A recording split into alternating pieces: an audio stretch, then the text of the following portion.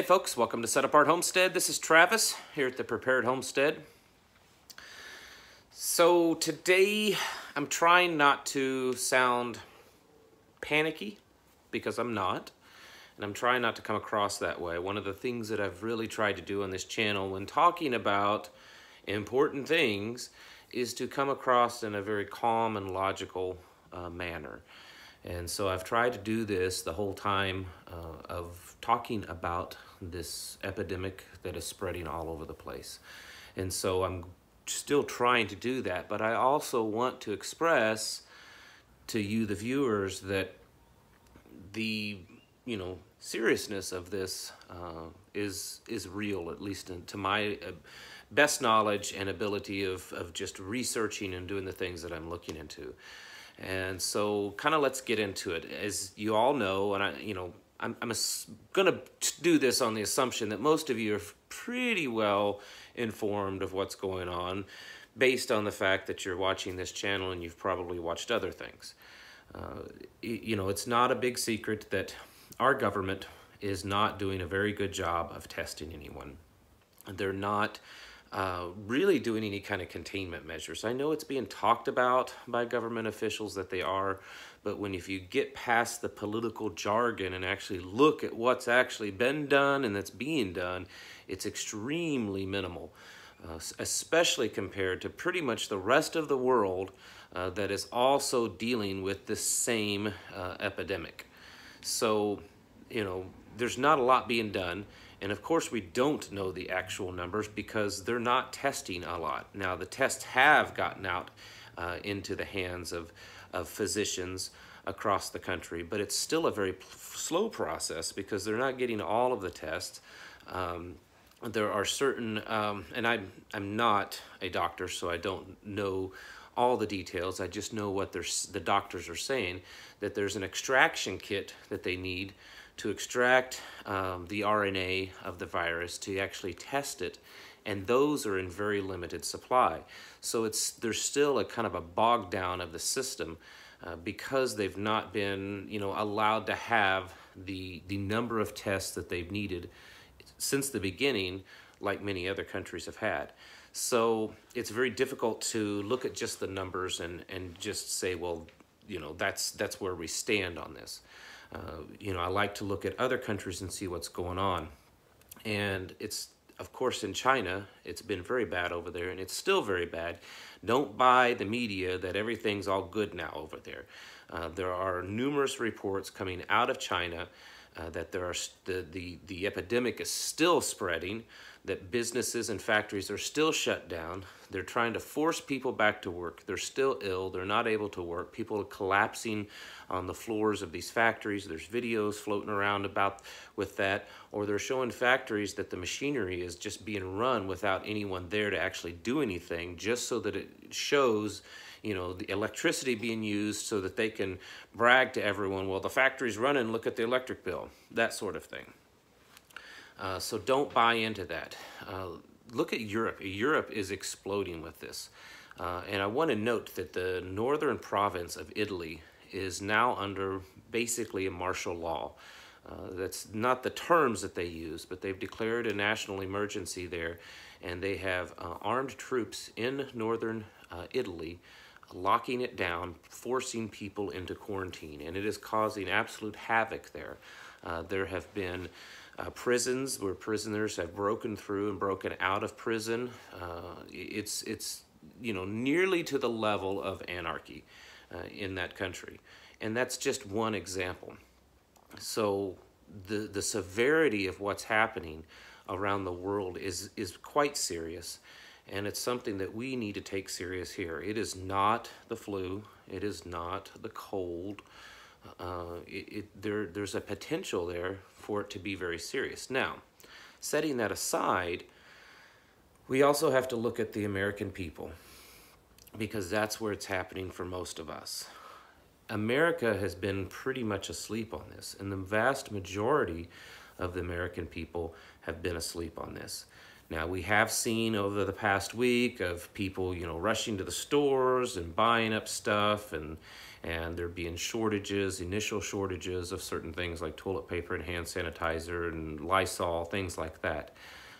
But I believe, this is my own personal self, that the amount of people that's done that is actually a very small segment of the population. Those are the people that are a little bit more aware of what's going on than the rest of the world, so they're keeping on, track a little. They're not preppers, they're not like fully woke or anything, but they're a little bit more aware, and so they kind of saw this coming a little bit ahead of everyone else, so they've run out there.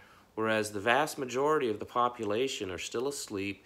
They're still buying the line that the majority of the media and the government are, spewing, which is, don't worry about this. We got it under control. Our containment is working. It's almost wrapped up.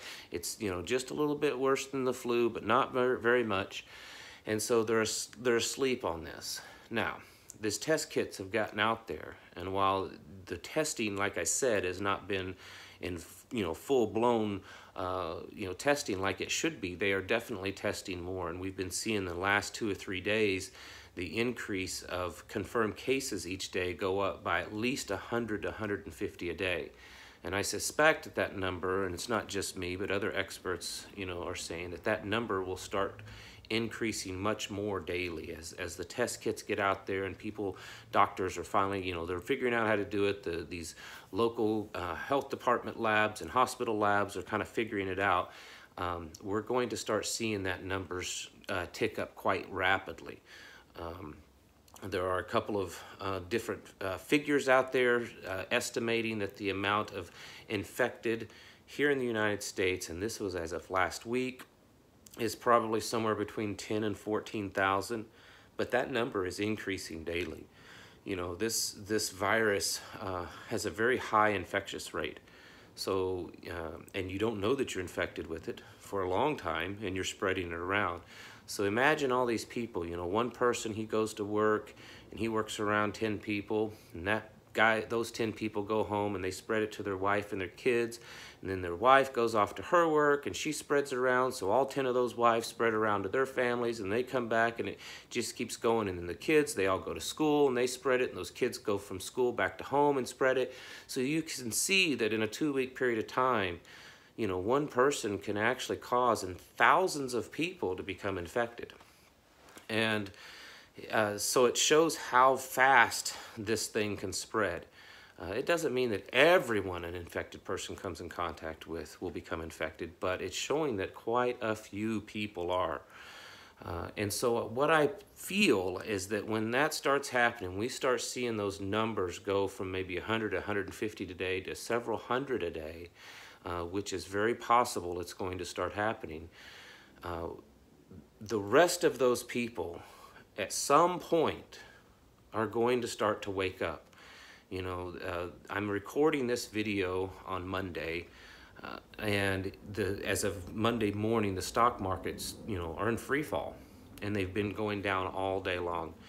There's been various measures over the past week to try to stop that, to try to build it up. They even paused trading this morning at the stock market, and it didn't do any good. Oil prices are plummeting. Markets all across the planet are dropping. In the past week, there have been several $1 trillion lost in the global market. So there's more than just, and this is something that I've talked about many times on this channel, of these various things that can be kind of that black swan event, or that needle that breaks the camel's back. That it only takes kind of one thing, that it caused this cascading effect to where several things happen that can cause a very large disaster for here in America and globally. Our entire system is extremely fragile, and I've said this so many times. Our economic system, our health system, our political system, the social system, the utilities, everything. It's all extremely fragile. The shipping like stores and retail, everything is based upon a very fragile system. And it doesn't take very much to cause all of those dominoes to start tipping over. And it is very possible that this is that one thing that can do it. I'm not saying it 100% is, but in my gut is telling me that it is. And I've watched too many experts. I've read too much literature, not just here in the United States, but abroad also, that indicates that this thing is that kind of black swan event. Well, black swan indicates that it came out of nowhere, no one's expecting it. There's still a possibility that this was purposely released, but we won't really go into that today. What I am telling you, though, is as I've said over the past week, that if you don't have everything that you need to probably start getting ready.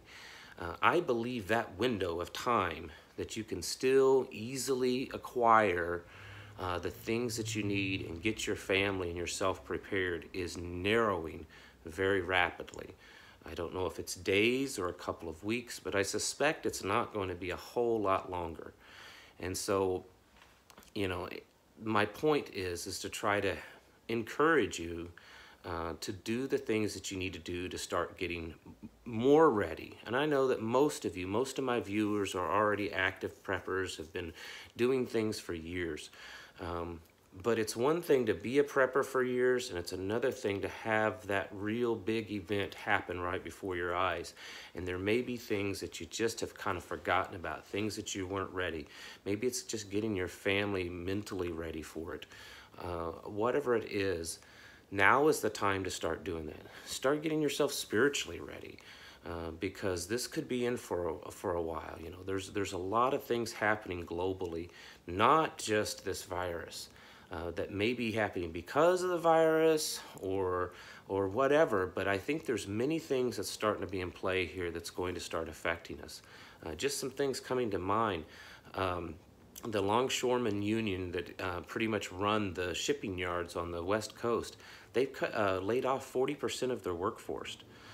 There's at least a minimum of 25% less shipping coming in from China already, and that number's probably going to go up. You know, the limited supplies in certain areas, especially medications, are already being talked about here in the United States, and China is already threatening to quit shipping supplies, quit exporting pharmaceuticals and ingredients used in pharmaceuticals to the United States. And of course, the global demand for anything in the healthcare industry is really high. So as this thing spreads, everyone's going to be needing it. And if there's a limited supply because there's less people working, and then there's more of demand because more people need it, it's going to start causing some real shortages. And so I encourage you to start, you know, if you have not, take this thing really serious. You know, I'm not telling you to panic. I'm not telling you to run out and, you know, buy a bunch of stuff that you don't need. I am telling you that, you know, we need to start taking this serious. There's so many people. You can get on, you know, social media and you can see that people in your community are just blowing this off like it's not a big deal. Preppers and prepper communities online and people that I know personally are just kind of blowing it off that it's not a big deal. The numbers of the virus alone indicate that this virus, if it's not contained, and right now the United States is not containing it, and many other countries are not containing it. They're not even really trying to. So if this virus is not contained, studies are showing that it has every bit the capability of being on par with the Spanish flu, if not slightly worse.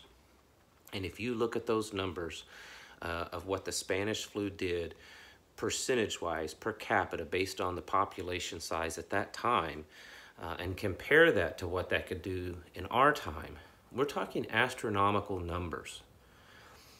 Something that would definitely cause global economic havoc, political havoc. We don't know how this is going to affect certain nations that are infected, that are considered enemies, how that will affect them. Will they, you know, just focus on the virus, or will they take the opportunity to attack one another? Growth, passage of laws that can, you know, usher in a new era of draconian and anti-liberty laws. which is very common with governments when there's things that happen like this. So there's a whole lot of uncertainty going on here.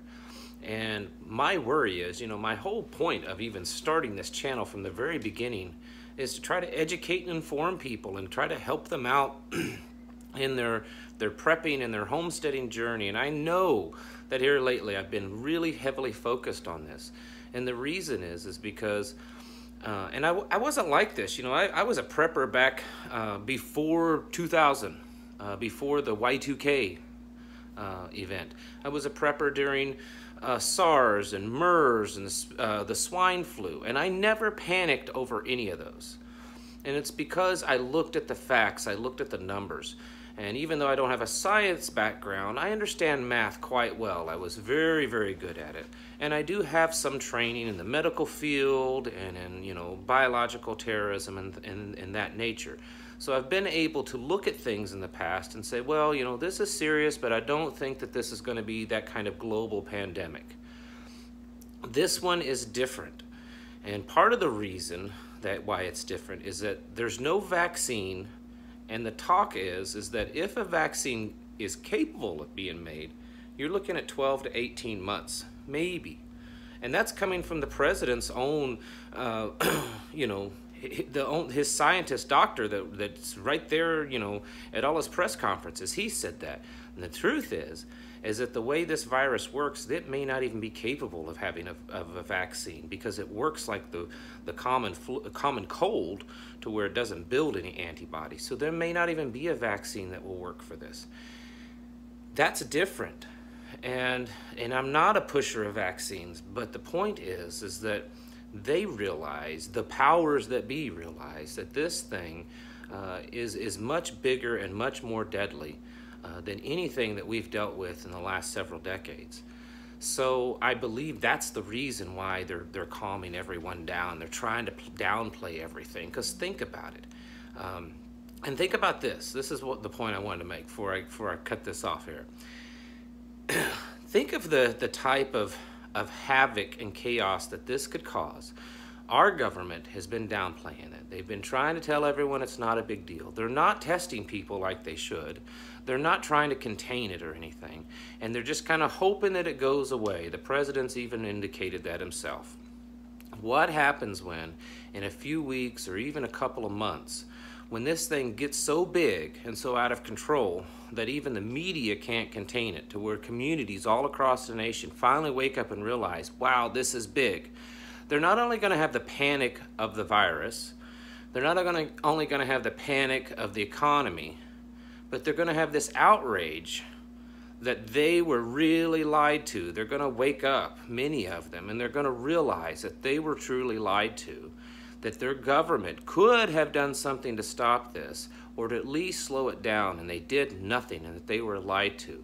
And so when you have all those things happening, there could be, much more than just panic from people. It could create a riotous situation. I'm not saying that it will. I'm just saying that at some point, a lot of people are going to start waking up, because they have no other choice, because it's right in their face. And when that day happens, there could be a lot of great uncertainty in our country. And so while I'm not making predictions, I'm not saying it's going to happen, I'm saying it could happen. And the things that you can do right now to get yourself prepared cost little to nothing to do that. Yeah, maybe some supplies cost money, but a lot of things you need to be doing don't. And that's just getting your mind prepared, getting your family prepared, trying to create an exit plan if you need it, figuring out what you're going to do if you're quarantined in your home. And if you start seeing forced mass quarantines or martial law, do you need to exit to a different location? And how will that work, and what will it look like? These are some things that you need to start talking about if you have not, and if you have been talking about it, good on you for sure, but definitely start looking at this serious, because in the end, if 3 or 4, 6 months goes by and it all fizzles out and it's nothing, what really did you lose? I mean, you increased your food supply, maybe you have a bunch more cleaning and toilet paper supplies, but those are things that you can use anyways. And what have you truly lost? Not really much. But if you don't do anything, and in 3 or 4 or 6 months, this thing is absolutely out of control to a full-blown global pandemic that's killing millions, aren't you going to really hate yourself for not taking that time of getting things ready? And so that's what I want to tell you.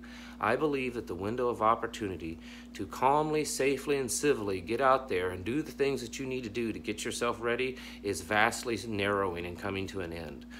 Because at some point soon, a lot of those people that are still asleep are going to start waking up. And when they do, you know, it's going to look way worse than any of the videos you've been seeing lately of people running to those, you know, big stores and buying up stuff.